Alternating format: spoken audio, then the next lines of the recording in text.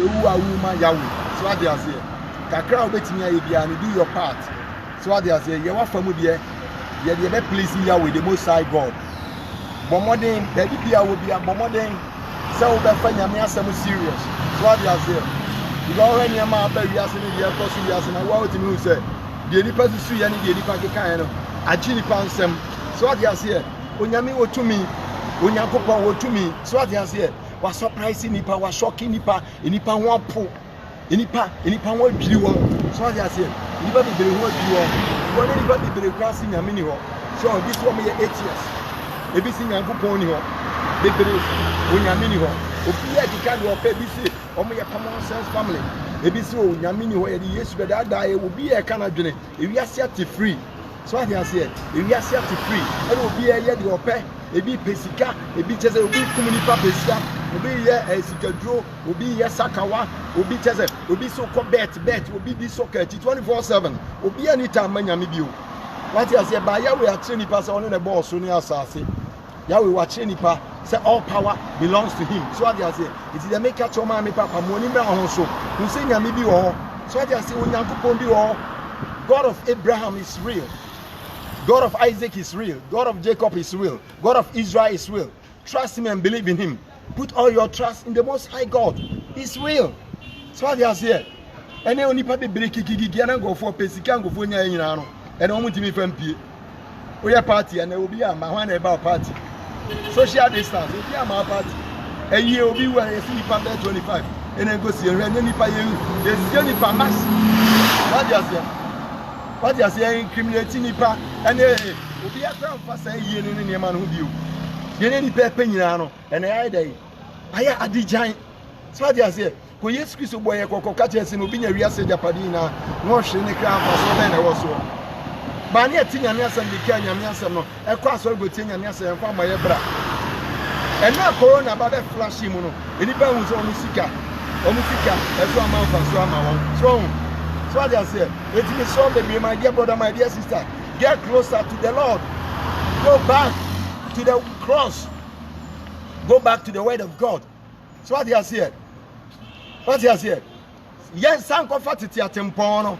So sign a comfortity at tempono. It's very important. What I say? Comfortity at tempono. And then a baby war. No, anybody break, join them. Anybody break. Now, if you want me to ready, dear girl, so what you say, Mr. Kabe, the official, sorry. What you say, remember where you fall. What you say, and stand up and raise yourself. What you say, let's have go on Canada. What you say, remember your first love. So what you say, because Jesus is coming, Jesus of Nazareth is coming. So what you say, don't take things like Yesuba. One day we'll be back. What you say, so one day we'll be. So what you say? One day over Barberwa and Ababako or Aminiaba. So what you say? Maybe you know our so. Bomodi, do it maybe a Bomodi so by yes. So what you say? Don't bet maybe a Bomodi so by yes. So what you say? Bomodi so by yes. Said you may do baby. Now, your cousin, Christian, and I said, you know, dear Radiachima. Who's betting me about how good you say, Radime Sumo? So what you say? You do bet me be a sister. What are you do bet me be a by any year? So what you say? And taking a say, be a Waba Sassi, Sunanyami Binio, and now we are the Obia. Yes, if you so bad. So, Bibia, you may be away be any year, or Brown will be any year, Sawaria Warini. You will be a make sure say you do it right. Because one day you are going to face the judgment seat of Yahweh, the Most High God. So what you say? That could be not a team walk on your strong. What I say, was it Obi I didn't need Pediano, Obebu one time, and send me a Cafu Lumbiano so. A better Jim. What I say, Menuma Sam, a better to Bible, yet one who was better to Bible. Mammy Papa, we end the end time on him also. So, my when you also don't take things severe, you have to say sanity. No, yes, officer. So, you say Nipo, we are with me, even, and some diagram will go similar. Right, got to. But the Shankan was a warning and your son died. So they say your body is the temple of God. The son that you have to be any day. Leaders now taking decision because of coronavirus. So they say, but what you say, there's a superior man up there. His name is Yahweh. Fear him. The brown one say, what you say? Just be humble. What you say? Brown one say. Brown one say, what you say? Huh? Brown one say, get your baby and be on your Kenya Missam. What you say? If I can get John 3 verse 34, not see the Yamia Piano or Kenya Missam, what you say?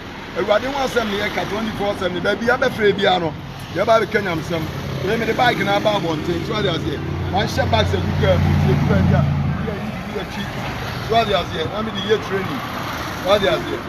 So they are saying, dear Kenya Missam, baby, ever could be a Kenya Missam. Can you near to you, near Kobe, and near Cotonou, near Kosani, or Kodiska? So they are saying, you say, a Kenya Miasam. What they are saying. Because I said, the children, some of your summer minute, you man, I do it back. Would depend to me, you should be beating the money now. What they are saying. Kenya Miasam, baby, I will be a take advantage on social media and draw many to the kingdom of God, draw many. Say me junti mo yam na no sia me yes sia me so they say wojo what they say ti hwe ni na sia no eso bia hwe yes Kristo ni sia no so na de ne kwa ato ama me ama wo yes na de ne kwa ato ama me ni umie ni what they say o de ne kwa ato so they say we nka John 3:16 onyame do kese a woda na di wo se hwe se ni Nyankopon do wiase ni wo de ndo baba akuba sa se do be gire di wonyira obenya dan kwa ya de Yesu aba be yem patadwan ma me ni umie nu. What you say? There is a very important guy. It you say Yami dog. We saw Yanko Pop was some so they say. When Yami dog chair will be a so mammy papa money brown so. So they say, can you know Yami Somonia? The feather from my money brown was not soon Yami. What you say? Found to already so. Found to already is so take God serious. What they say? Because one day we'll be generally anymore. You would say, what you say, seek out the tear, who will be the garbage and Yamin, who is garbage and Yamin. So what they say, Mr. And for Christosum in Yagro, and a Christosum in your say, and son them on the baby. Christosum ya walk when you're ready. A young Kufa. Christianity is not a religion. Christianity is a relationship. The relationship that you have with the Most High God. What they say? Because of sin, I'm going to say, Pediana, my son died. The man will say, Pediana. Obi say, Pediana. Near the Messiah. So what they say? Over John 4, verse 24. Now, yes, you can't say, Beach or Banana or Tisubrano. Or maybe by the man that son of grass from Bucasway Radio home in the cream. You give me a some way home. So what they are saying, Timau Christo, some. And we hear. There was a one at Christo or two moon. When I read what 2 moons out there. Jango 14 will be called by the king guy. Revelation 3:20 now. A rather send me now approach me boom. Yes, you see me now approach me boom. So be better men in what be me. Maybe I shall know prune. I'm in a baton side. So I say Revelation 3:20. And someone yes you can on yes you now approach you. Christo Jamema come approach you. You will be approach you. Only inside or outside. So I say Jesus or outside of your heart. It is all be our common one. No one will remove them. So I say, what again? Revelation 4 verse 1 now. What I say? Was one or be upon a war through. What be across means what be upon a war through. What be upon or should be in a pronoun. So who be our common radia? Who be our common Jesus? Or should be or through pronoun. So I say, a radical say, Utimi and in Yayon Gufa.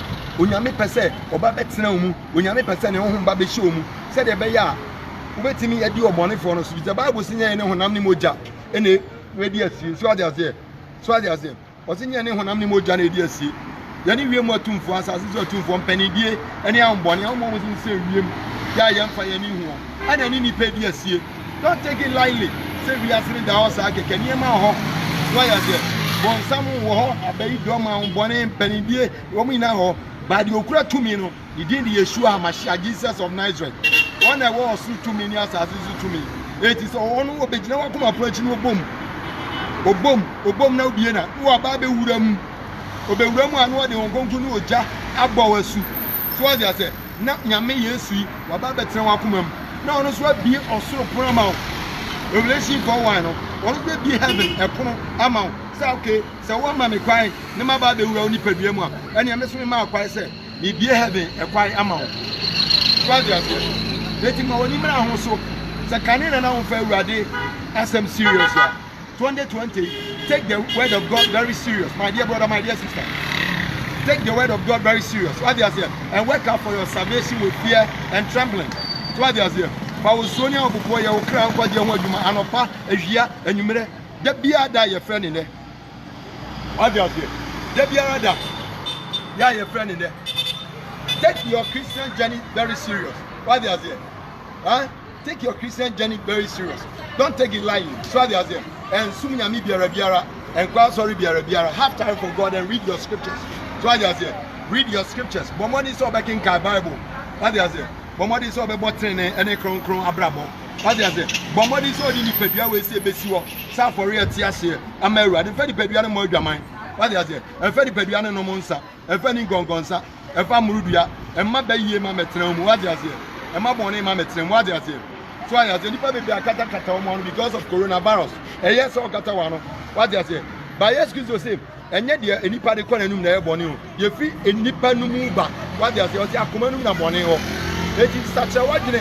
What they say, such a wajine. What they say, repent. So such a wajine. Change of thinking, change of mentality. What they say, yeah, 69. What they say, 69 degrees. Yeah, 69 degrees.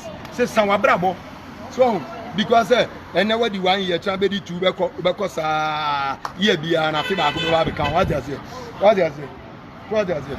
Shape do baby now 15. About 20, what about 25, what about 30, what about 35, we go 40, 50, so I say, no, we need go. The bedu baby now Ben Wadaka. So rather than come on, the bedu baby what is 70, the bedu baby know about the 80, the bedu baby now I say what the 90, if you are what the 100 and now 120. What is in December 2 salad? What is the 969? One day we work up. So it's better for you to live righteous and holy life. So, me so be my when you also. In take Christian is the me dem call sorry my 5 years me call Pentecost me call Baptist me call Assemblies of God me call Roman me call ya woni awurade relationship ni asonda na akomu no asonda na dey so mutu 1 month and say e call be 2 months so I say ga woni nyame ntam atete ba time a wo fie time ya wo fie no so I say this is the time awurade be hu say wo som na mpa sa time we ya wo show dem a wuntimi mpie enko dan na mugogo sia ko bompa e go tie nyame sam no every Bible studies, share them on. So I said, this is the time when you be who say, "Oh, we believe and back." Everybody person who said, "Oh, and go for engineering, and go for some home in the crib." It's no man cry, and a corona about the surprise we are saying. It's already best for we say to the hunima. So I said, and then you umpire obebo. What the empire now bono? Obedience. Christianity is obedience. What they say, sutie, sutie, what they say. What is sutie? Yes, now for about yes in the car. So, wouldn't you have some Bob? Jesus is revelation and Louisiana. Everybody say, if you love me, keep my commandments and obey it. What do you understand? Who keep the commandments of Yeshua HaMashiach? What do you say? What do you understand? Who keep the commandment of Jesus? What do you say? What do you say? What's it? Any yammy buffobia and can you with Ampa? We yammy buffobia. Everybody say, do younger son was a mate. Now, do younger son was what do you say? That's the commandments of Yahweh, 2 commandments. What do you say? 10 in and over 2. A very important training. What I say, a very important training. And make sure that what the radio some bobra. Yes, a bedu baby no. But that's na me suminyame. Na me boy yesudi. Na me tu ambone. Na me san yarewa. Na me bo keyboard. Me bo drums. Me chorister. What I say. But more days onya sabi.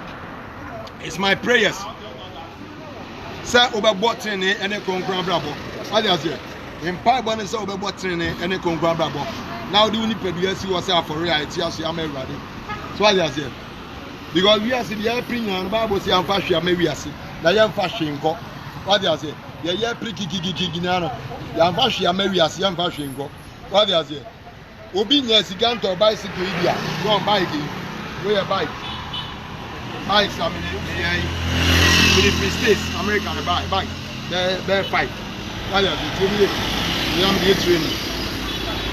Yeah, we people call evangelism. Yeah, pa. The Pakistan, you can't even go near the bike. Tell me, obedience can't to a bike or per bike. On your bike, you are per car to a year go be out. When you wear your so many way, and your mammy per 4x4 be say. So I say, when you wear was in any mammy per Mercedes, when your Mercedes, I mean, per Bentley, when your Bentley, I mean, per Rolls Royce, when your Rolls Royce, I was made per jet. Any part to talk cars, any part to see a die, any part in but ye emu bia ne wono ma onipa betimi afa e de afa sa to we se so di akọ e japade a wo pe adwuma wo ye sika wonya edan ya yesisi ni niama emu ba akọ na onipa betimi di akọ ade a wo betimi di aka ho e de akọ ye so ade azie ana say Ewurade na mo so na obi so etimi akọ heaven if the Ewurade na mo so na obi sachira na dwuna Bible so ode boyini ba akọ sachira abofo mpempem dia hosie so ade azie eti bomoni say ube ma souls akọ heaven enye bicycle na enye cars na enye wodan enye o mansion enye dollars enye pound sterling enye euro ni nyina ebeja ho eti make sure so ode nyame asem ibo obra asem a oti bia no pa awia anwumera no fa bi bo obra so ade azie if there was so being a say Japadi in an Oceanica, and Basobana was so. In Mescafo Moa, the Alpha bicycle say big gra, and to Omo Adakem. Any other this one longer share or 1 minute. So I say, when I see that way, who are Ombango Obedao, who are Ombango Obedao. Idea only party cano, any soul. Others who soon as a come back to the Creator, your Father. But so no to mean God your father. Just say we hear the osuma wono adwuma. Just say we hear the osuma wono na pedie. I just saw the na sembo bra. If say ready see me your kronkron. Etimunya kronkron. What do you say? What will be anya kronkron ohun me ready. God say I'm holy so be holy. Without the holiness no man can see God. So what do you say? It's in your mansion what build it and your empire what build it and your cast and your video. What do you say? You bet me aboa and it said, "About training in Concra Brabo." Why I said, "Wouldn't you be a yes, you are so? Wouldn't you be a yes, you was out for real? Just say, I'm a ruddy. Only did righteous and holy life. When you're the reason for you, who know you are seeing Muniama, who follow the one way system. Why they say, who found Omo nightclub, Omo Boria, Omo Pema, Omo Pema, Omo Rensa, Omo any priest, Omo Pesica, Bonidia, Omo. O dear ma o Christo ni unya sa. Why they say Christo ni their own nam training abrabon so. O nam kwa kitwa no so what enter into the narrow gate. Shane epro here num. What the quiet son the deeper course say him. Why they say Matthew 7:13 and 14. So why they say e kwa Yesu a che no no. So why they say udu ba bia na Jonathan Erade aba be kasa o sha ase a o se me ni enwan no ebuo no Yesu was many enjoying board. I am the door. What do I say? Was I am the door of the sheep. What do I say? Yes, you know, quino. And I'm saying, yes, you know, quine into no. Or per se, we yes or no. A radicum won't share me. Namusiam if he's a major. The depot cry, I can't get a report as an organizer. Monshamina Musiame. Said him here, yes, Christo Namia Day. You see, I don't know. It has a child of God as a believer of Christ. Now, from Christo Nidia, let your light shine before men. What they say, ma okani ansre woni panim. What they say, okani ansre woni panim a. Said the best way je wo so na nimunyam. What they say, untimi o say so kani amfa nsem paase. Yes so kani adisi kani adua so. Na asre amani pa nyina hu ade. What they say, nti boten ni abrabo. Nati enokura kwanso. Anya say Kristo ni na wutwa ntro. Kristo ni na wo ye gay, Kristo ni we lesbian. Kristo ni ayesu pisupi. Kristo ni na wo boy dwaman. Kristo ni wo rensa. Kristo ni du mami atam du papa atam. Kristo ni na ukọ aduro so ukọ atredi for so. So what you say? What you say? Coronavirus trem mo wi na mo ukọ atredi for no obi. What you say? Mo nka cha mo mami nem ne mo papa nom. Say corona ni trem mo ukọ atredi for obi. Mo obi anko so for obi o ma kwantra o. Ozo for obi a oton ne ma wona sondem. Ozo for obi a wo ya kwantra bi a onya djuma mawurade. Eti corona ni trem mo ka cha mami no papa say ma won kọ saa bia ho bio. Obi a money so for some pay Ewurade be chere ba bia ho gongo so. So what they say my dear brother. But so for na wo kọ na sorry no but some pay. Me kwa make say but me some pay. So what they say if I'm not called by God I make say kwa mentie. But anyway I'm called by Yeshua Mashiach. I'm called by God. I'm choosing by God. So what they say on asuma me. It shall see so the boy so for some pay. Was you shall know the truth and the truth shall set you free. So what they say yes, you be no prayer, and the crime be more than no crime be all this year. What you say? But more than be breakwa. But more than say, over shots here. But more than so the boss also for some fire. But more than so the boss also for some fire. What do you say? Let me cheap bag in the sweat anyway, it's fine. Let me pretty what one thing baby I got 50 to me and no problem. What do you say? But also for some pie. But also for some pie. Baby be a sorry, so for beer. Udinachi, I was on Bonusum pie. Because what the baga go pay on some gym. Bonusum pie is so fair, radical, radical yatro. What do you say? Then pie one is a radical mammo gift, the spirit of discernment. Said the Bayamu bed discern, and we say, we will free yamen, we will free yamen. So I just say, Bompire, and found us sorry, Methodist, and now Roman, Anglican, Pentecost, and our resurrection. And found us sorry, no. Found that the beer who called Nippo down and will free yamen over common something. Say Nippo down will bring yamen home, come to one. What does it? Only do call hell. It is my prayers. Pray over your pastor. Pray over your pastor. Pray over your pastor. Any church that you belong, pray over the pastor, the presiding elder. Pray over him, pray over her. What they are saying? MOBN because the enemy is very crafty. Bon Samuel that for John 10 verse 10, Jesus say, "Go before him, obey you. Go come now ourselves." What they are saying? The enemy is very crafty. We say, "Nyangu pa catch Adam and Eve." So we need to be a body in a moment form and sankadi simedoro. Now Bon Samuel ba be deceive you. What they are saying? What about you? And to be very careful. And can say media will meet to Methodist, media will meet to Pentecost. What do you say? Methodist John Wesley Wauko. So for now, we finish me or Rubako on some gym. What do you say? Pentecost, Makin Wauko. So for now, we honor. So we finish me, who didn't cheer, or bet on Chebon Rubako on some gym. It is Bonosom Paye. What do you say? One was so for some Paye. Obiso evangelist and Bonosom Paye. Obiso apostle Bonosom Paye. Obiso bishop Bonosom Paye. Obiso a teacher Bonosom Paye, also a reverend Bonosom Paye. What does it? Also a sophomore, also a prophetess Bonosom Paye. Obiso a archbishop Bonosom Paye. What does it? Now when you know, a radin beso be a bewa Bonsamu Jim. A radin beso be a bewu bonim. It will catch yourself. When we follow my baby, our ourselves. Yes, in some small Basamu Benyankwan, and Yanquanum also. A radis one also about. Some minimum you Benyan Quanian so. Let me show money now. My dear brother, my dear sister. Be vigilant, my one now. And time near woman. Rapture can happen at any time. Rapture betting you see. What they say, rapture betting you see, none of them. A dear children, ready be a many. Not flood. A flood in the paper break. It's you be funny paper break. A funny paper break. Next you be a funny paper break. Tell me, the American ready be a many as a poor. A mountain or a mountain or Pejacoso, and a flood said a tsunami. A year Japan 7 years ago, who got a tsunami for Japan. So as you say, Napua Pejanimu, a poor Pejanimu, a Pejanimusa Warno, and a fat dining near ma. What you say? Anything can happen, my dear sister, my dear brother. What you say? The Son of Man can appear in skies. The Son of Man can appear in skies. What you say? Jesus can appear in skies. So work out for your salvation with fear and trembling. Work out for your salvation with fear and trembling. My dear brother, my dear sister, be very serious. What you say? End time in your one, your man, your dance, and check. Once Antichrist, they may introduce Antichrist. And check, I'm going to Yamosa, Wamubaba, New World Order, New World Order, New World Order. Yamubaba introducing New World Order. And Antichrist, Bible so Banwaba. What you say? The spirit of Antichrist here, Juma. It's about to introduce Antichrist. So, what you say? New word religion. New word religion. Hear me. One word religion. One word religion. One word religion. And Chawamu Baba introduce here also. So, what you say? If you can go to join him, talk to your heavenly Father. Talk to Jesus to help you. Talk to Holy Spirit to guide you. What you say? Oh, my, we are seeing him. No. What's about the mobile praying? And that's the Holy Spirit. Now, I'm here. No, what you say, my dear brother?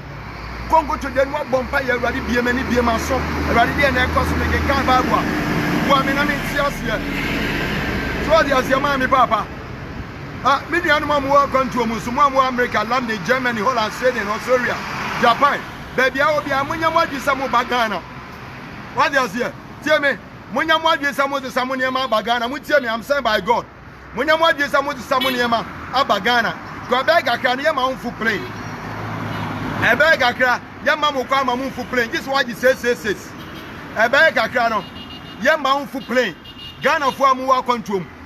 Ghana for more around the world, Africa for Obia making sure say or Bebwa no say or Konukrum. A bag Akayama move for plane, just a waji says a bag Akra, Yama quite my own for plane. It means wrong to walk 1 year. As someone can bosom pie, I'm sent by God anyway. Maybe I don't want to see here. But who wants that they make be happy? Because someone may buy my Kenyan, but who go anywhere and see it. If I make a banner, me videos back Ghana say, I am coming. The Lord has sent me to come and warn this nation. Me a video sabe break. Make more Pentecost churches near that churches in America. What can't the man yam ya chamini yame baba ye? Make catch any baby break. So I say, Oko Church of Pentecost or New York, make a casa over 3 times. Church of Pentecost or Chicago, make a casa PIWC Tea Service. Oko can say Rhode Island, make a casa of Pentecost, SDA churches. You can say Methodist, Chicago Methodist, make a casa New Jersey, Pentecost, make a casa concerning what the Lord has told me to come and do in Ghana. What they are saying, Mikasa Resurrection Power, Maryland. What they are saying, most of the churches are American now. Make a cancel me and near street. Because I'm saying, rather see me warning. I tried for more Ghana. So I'm on such a margin. What they are saying, I didn't more catch me each of me now. Some of my boy mind Ghana. Ya see free Israel. Me buy ya me canina, penina so bem. Was so be a and confirm will be such a pepe. And I want to make a sabe Pentecost. What was the revival ever? Others say, a radio saw the worldwide revival ever. The buyer may can go for the see that.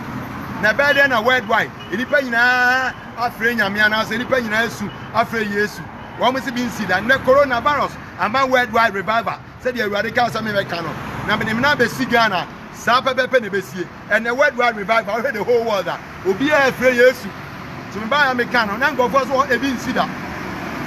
So I say, the beggars are ready. They may two obey my son. Now, me Nelson or Independence Square. One must see me obey him. Cry, you mamma ready. Ghana of us woman TV that. And I'm so one year, you mamma ready. What about 1 year, you mamma ready? So for be autonomy on us on them, I declare it because I'm sent by God. No being Gagas or Becasime. What does it? Or Confor, Cronfor, Ayanta friend in Mukafri, Cronfor or Ghana. Bon Salmon, what does it?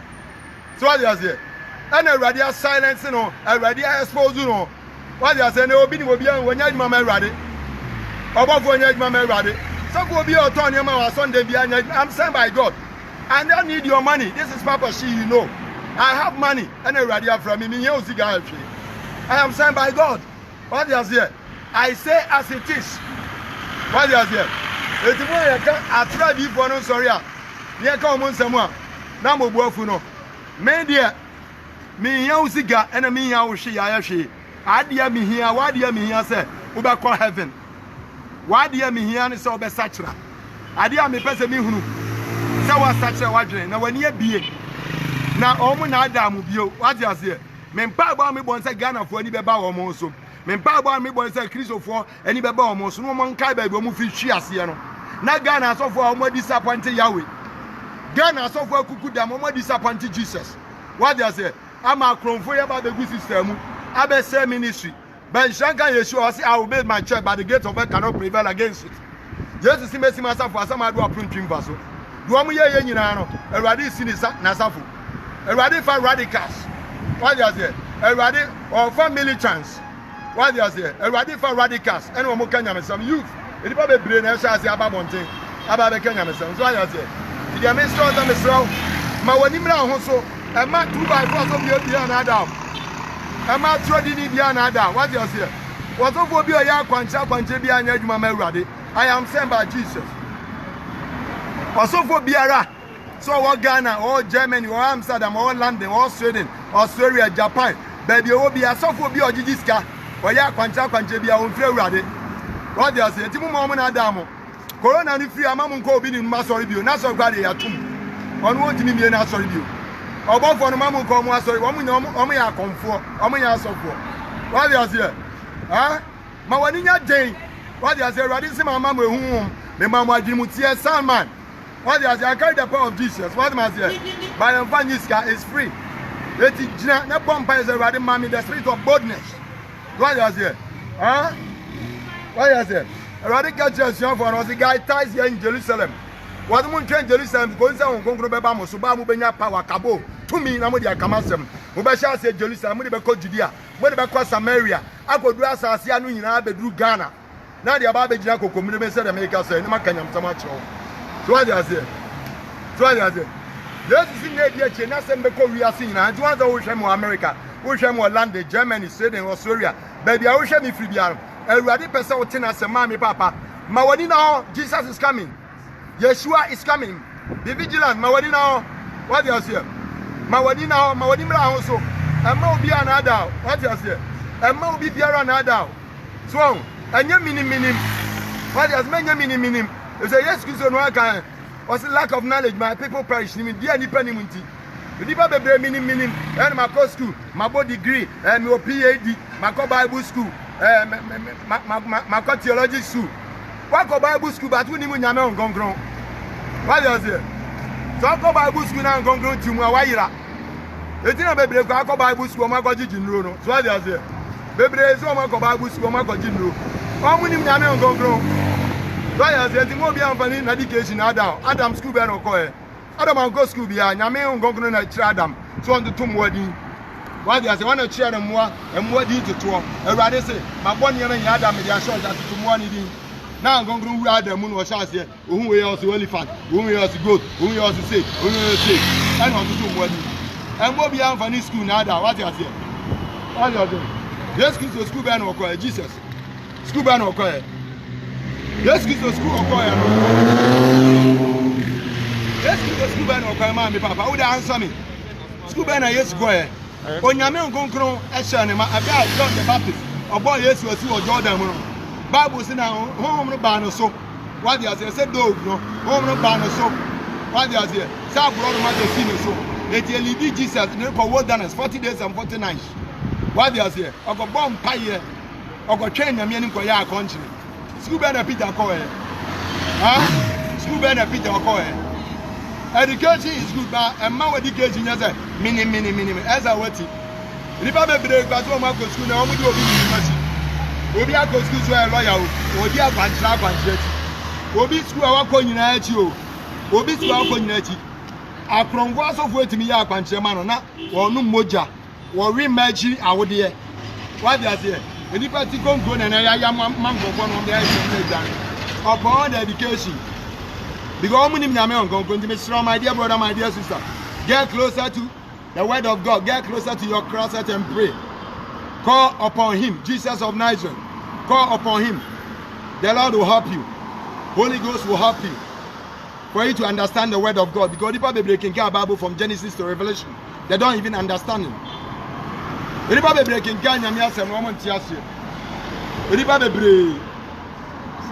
Omo kenkan Bible, omo ntiase. So aja se. Riba be breaking kan cho se mi omo ntiase. If Yeshua so den sem papa na hinta nyansafo, wa bi esu a kire enkokoa. What aja se. Ewade den sem papa no, na sem a hinta wiase nyansafo bi esu a kire enkokoa. Wona wo bre won ho ase, wona obubu akoma, wona wo sufre Ewade. Say Ewurade bua me, Ewurade bie mani, Ewurade bie maso, Ewurade family de opanya de me pe. Father, let your will be done, not my will. Ewurade si we na ye me ba, we na bre no ho ase. We minim dia brother, we be atro di for. Just be humble. Holy Spirit will help you. Because Holy Spirit is our helper, is advocate, is our counselor. Ho ma wiase nim no wanyi ni ni nyame on gongron. God ya say okay God Matthew, okay God John 14. Verse 14 go do 17, I do 16 wa. Was the woman we are seeing him no. Na mo de munim no. What you say? Onyame on gongron Holy Spirit. Onu kwa na beboa. My dear brother, my dear sister, I'm found years I dey akwa so bia na wonim Yesu. I'm found years I wo say wo dey akwa so bia na wonim Jesus. Everybody be him Jesus. They don't know him, they don't know Yeshua.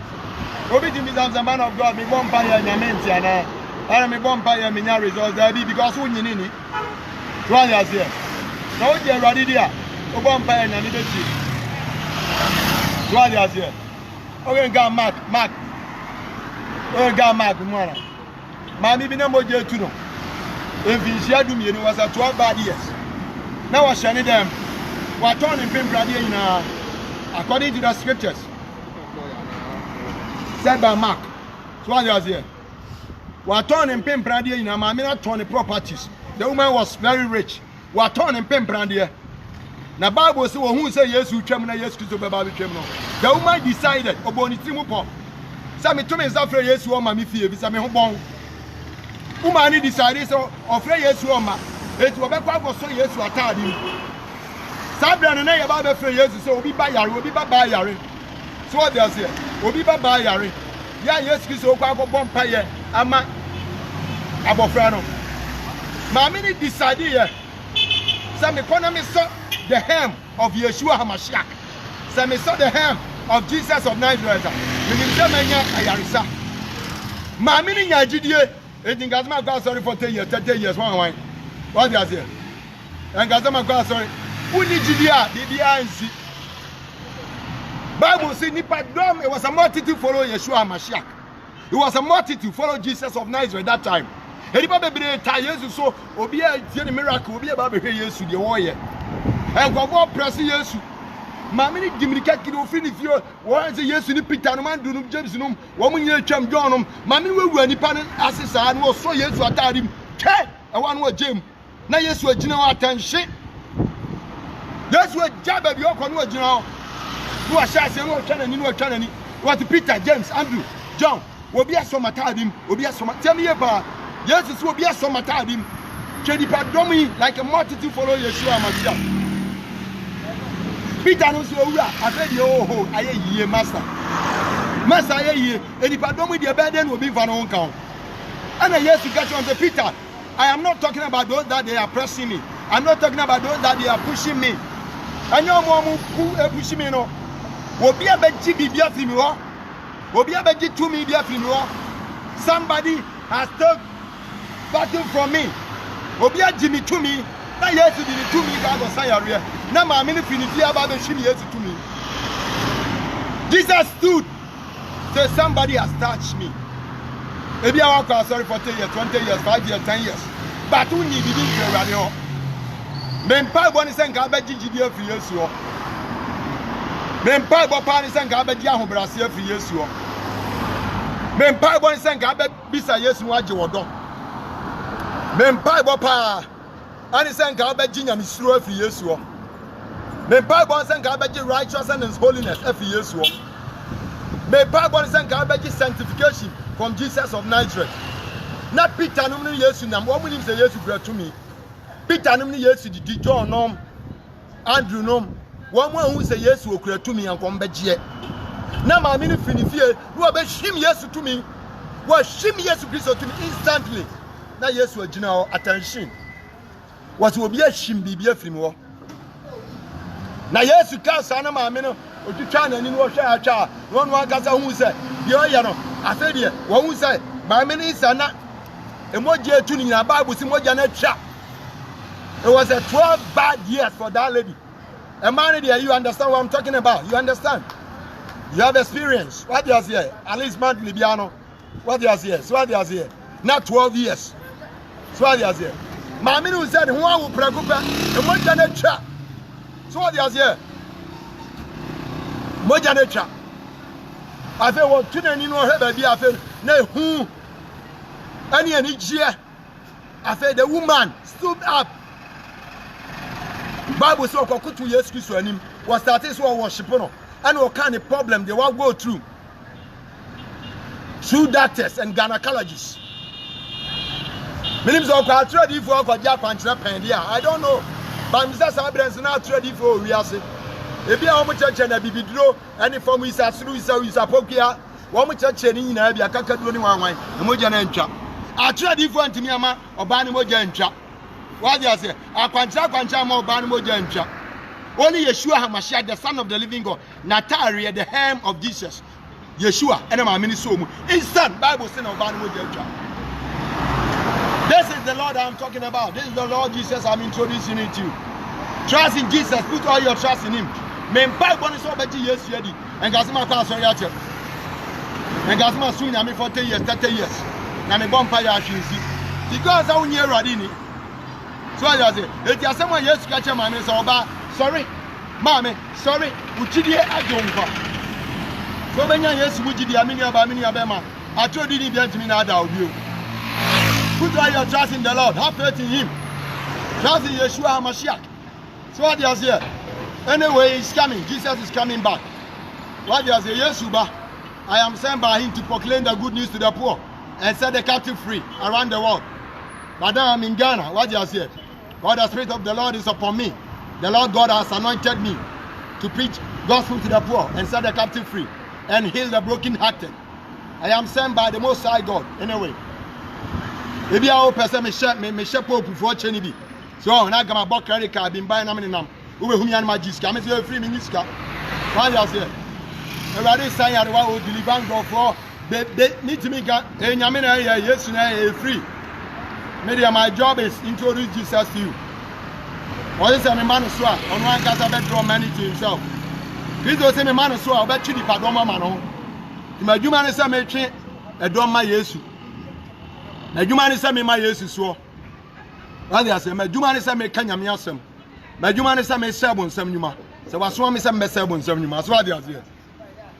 What I say, my human is a me Sabon Samuma. I'm sent by Jesus to destroy the works of the enemy, to proclaim the good news to the poor and set the captive free. So what do you say? Wasuma me say me bompa ye. Wasuma me say me kanasem. Wasuma me say me ka ne maye tosum yenu. Wasuma me say me fa kokobomre o my Ghana. Wasuma me say me woni atro adifo no mo nsachira. Because the judgment has already started anyway. The judgment that is coming upon the false teachers and false prophets has already started. One of the villages, Emprem. Everybody atemu over. Everybody atemu eba atro di for so. Eba atro enchechre for so. Azofo omo nya adwuma ma everybody. Omo o my Ghana. Everybody atemu eba wo mo so. What you say? The judgment has already started. Come by 1.5 years ni. And everybody man me back Ghana say me bo mo kokko. O se do obesa charge obejino. Do oba reject no so no. Ebi babu bodam. So what you say my culture mo. I tried it for the people who bodam o Ghana mo behu. So what you say? Ebi behu. I tried it for no ebi behu mo behu. Ebi so ani be free. I'm saying about Jesus. Now no brother no who you know Bernard no Bishop Bernard. Ne brother say last 3 days as I say. Already be in a new who sang Kranta Sekai free sroba. Or say Bama Ghana trade for. And I'm saying I've already said it. So what they are saying. Already Mama Canada. The judgment is coming. It will be quite trading here so be a own yane. Don't say Boniface. Obi awaja kwantre the biano. The person need to be repent. Obi bia wako atredi for so biano. Se Boniface nyame do boni becho. Se tredi ni no so sachira obenya nkwanje. But say one sachira omo judgment eba. Anyway, I am sent by Jesus to warn this nation and the whole planet. Eti kachira o mama no papa. What do you say? So waja kwantre da akaje ne say one repenting one sachira. Anya sa owu obekwa bonsam jem. Owu ani so obekwa bonsam jem. So what Ghana suffer be a country that tell your family members some will repent it because I'm sent by Yeshua HaMashiach to warn you before it's too late. So what they are saying. Thank you. I did a basis up pepe. What they are saying. Maybe I was warning your mind to catch on say. No more so. About mine will be all wrong for magic name confidence. And maybe anybody and son of you. About Ghana. If I almost say, "What depend on son about me rough for me?" I'm sent by him. I don't need your money. I'm rich by the grace of God. So I say, what you get closer to your closet. Get closer to Bible. Work out for your salvation with fear and trembling. Stay away from sin and lead righteous and holy life. Well, God say, I'm holy, so be holy. Without the holiness, no man can see God. Jesus is coming. The trumpet can shine at any time. The rapture can happen. Anyway, one day you can pass. One day you can die also. So it's better for you to repent. Be blessed and God richly bless you. This is your evangelist, Papa Shi. Follow us on Facebook Live. Follow us on social media, YouTube TV. Or join us, New York time, 5 to 6 a.m. every single day in America. Join us on the Last Hour Prayer Line. Join us, Evangelist Papa Shi, Evangelical Ministry around the world. Be blessed. And God richly bless you. See you. Bye-bye.